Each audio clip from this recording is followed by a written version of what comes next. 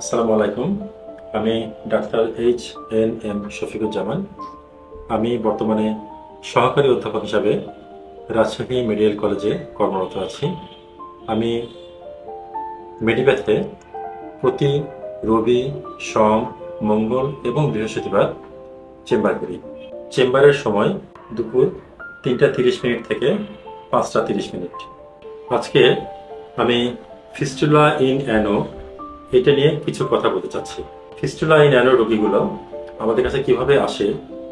বেশিরভাগ ক্ষেত্রে রোগীগুলি এরকম একটা প্রেজেন্টেশন দেয় যে তার একটু ব্যথা হয়ে ফুলে গেছিল পায়খানা রাস্তার পাশে, যেটা ফেটে গেল, তারপরে পুঁজ আসা শুরু হলো এবং সেটা কন্টিনিউয়াস আসছে এবং বন্ধ হচ্ছে না।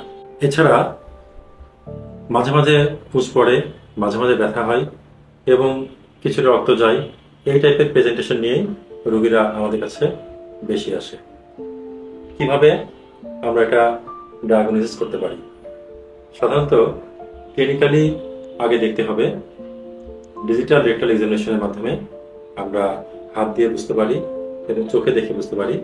এছাড়া আরও কিছু ডায়াগনস্টিক টুলস আমরা ব্যবহার করি, যেমন ফিস্টুলোগ্রাম, MRI। এগুলি দিয়ে সাধারণত আমরা ফিস্টুলাকে ডায়াগনোসিস করি। কি কি চিকিৎসা পদ্ধতি আছে? ফিস্টুলা সাধারণত সার্জারি চিকিৎসার প্রয়োজন হয়। এটার কোনো মেডিকেল চিকিৎসা নাই। আমরা সাধারণত বিভিন্ন রকম পদ্ধতি মাধ্যমে ফিস্টুলা অপারেশনের চেষ্টা করি। আমি 6 রকম পদ্ধতি নিয়ে কাজ করি, যেমন ফিস্টুলোটমি, ফিস্টুলেক্টমি, সেটন, লিফট, লেজার, এগুলি সাধারণত আমি করি।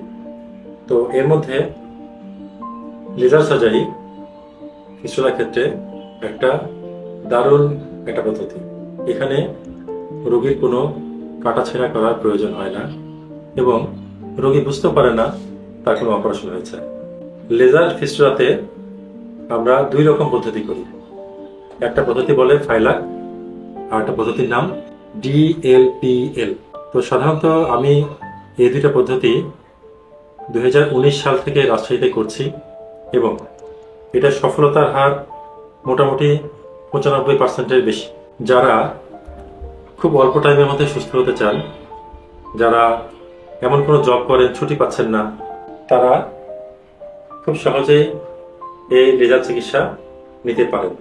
আমি সপ্তাহে 4 দিন রাজশাহীতে available Medipath diagnostic complex, Kazihata, Lakshmipur, Rajshahi. আপনারা আমার কাছে আসতে পারেন এবং আধুনিক এই চিকিৎসা পদ্ধতি নিতে পারেন।